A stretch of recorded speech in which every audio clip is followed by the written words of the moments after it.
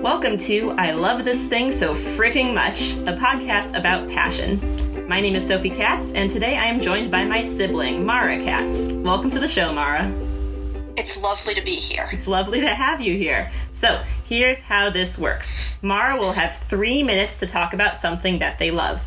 This can be a person, place, thing, concept, activity, anything they want. Our only requirement is that they love it wholeheartedly and want to tell us why.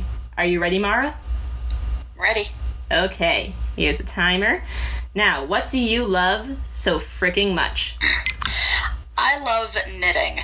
I started knitting in college because there was this one scarf I really wanted to make. I was really into Doctor Who. I wanted the Fourth Doctor scarf. And as I started working on it, I realized it was actually helping me focus in class. And so not only was I getting a beautiful thing out of it, but it was doing good things for my brain. So I just sort of never stopped knitting and, make all kinds of complicated projects. I've done socks and shawls.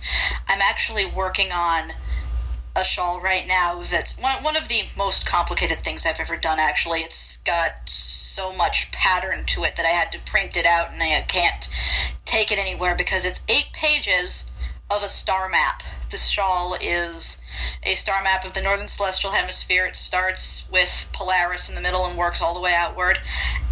I'm almost done with it, and I'm just not only so happy to be working on it, but I will be so excited to have it done because it's already so nice and warm. And just, working on it is this and other projects. It's just really comforting to me that I can have something to do with my hands that kind of distracts my mind from wandering.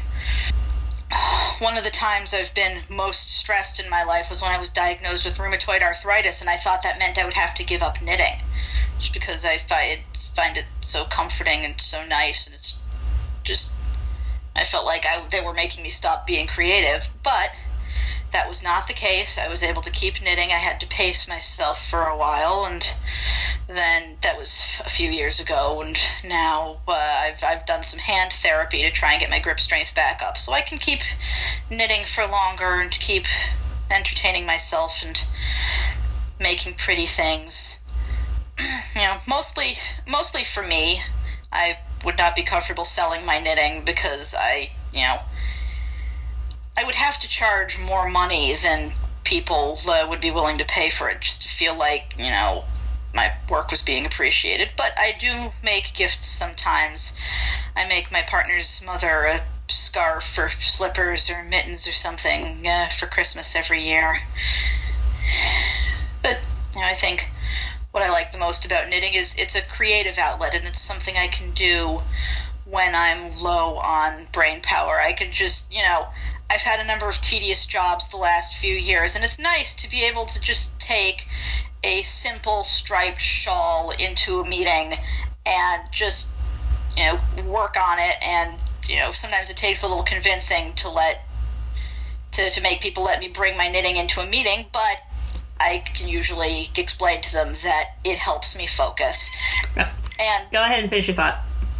It's just nice to be able to take my art wherever I go and, find people who appreciate it.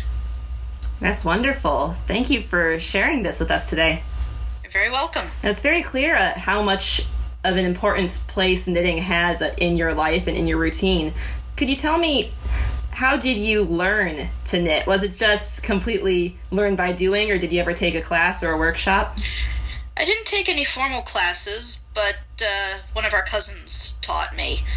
I decided I wanted to make this scarf, and I knew that she had made scarves in the past, so one Thanksgiving I sat down with her and she taught me the basics, and I made a little headband, and then I knew enough to make the Doctor Who scarf, which was 6 weeks of doing the exact same motion over and over. And if you want to learn how to do something, if you want to build up muscle memory, doing a small action over and over for 6 weeks is the way to do it.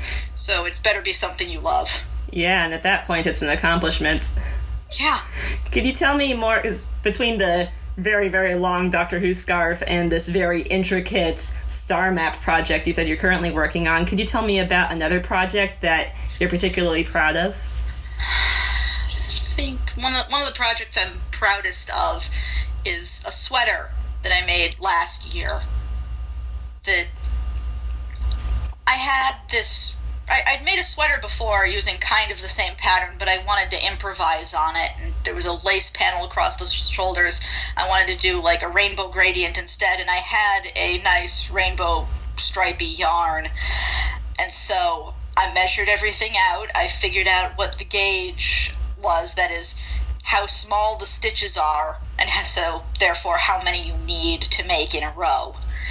To put, I've got rainbow stripe across the shoulder, and then one across the waist and one at the hem, and the rest of the sweater is just this beautiful sky blue yarn.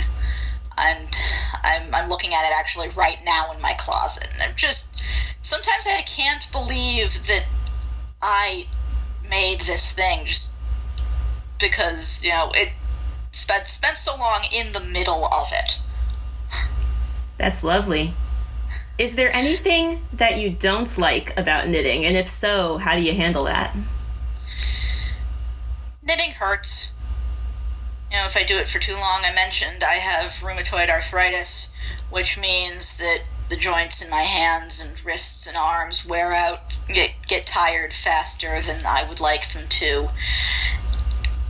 And, the worst thing about it is sometimes, I need to be knitting to help myself calm down when I'm stressed, but I can't knit because I've been, typing too much, or I played Minecraft until the wee hours the night before, and I'm stiff. And, I've found other ways I've found other things that I can do when my hands are like that, mostly fidgety games on my phone, but, sometimes what helps most is just to pet the yarn. I like to buy and knit with very soft yarns.